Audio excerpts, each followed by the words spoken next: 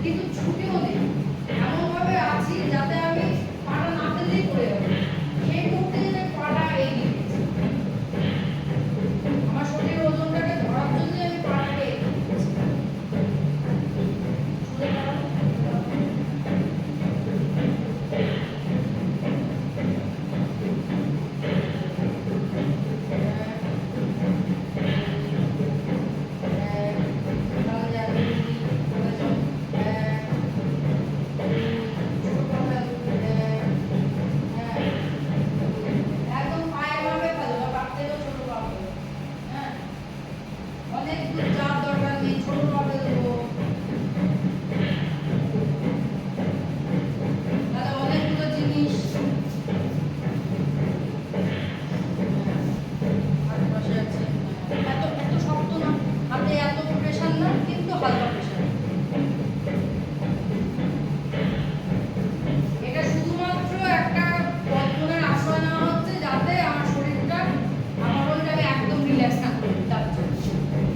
বলে আমি অতিরিক্ত টেনশন নেব কাজ রিল্যাক্স চলো